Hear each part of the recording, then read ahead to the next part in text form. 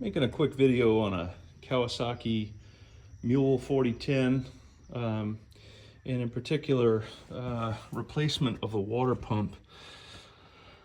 The manual indicates that complete removal of the torque converter housing is required. That includes the drive and driven pulleys down here and the belt. That's not an easy task. Getting the rest of the stuff off isn't too bad. The plastic cover that comes off of this, that does require removal of the exhaust.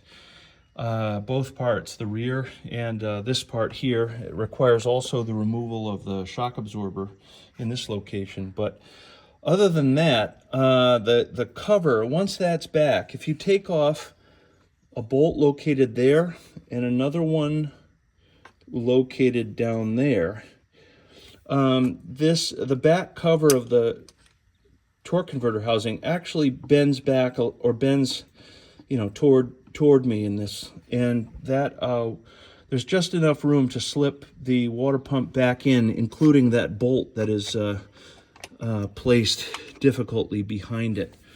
There it is. So that may help somebody looking at this job.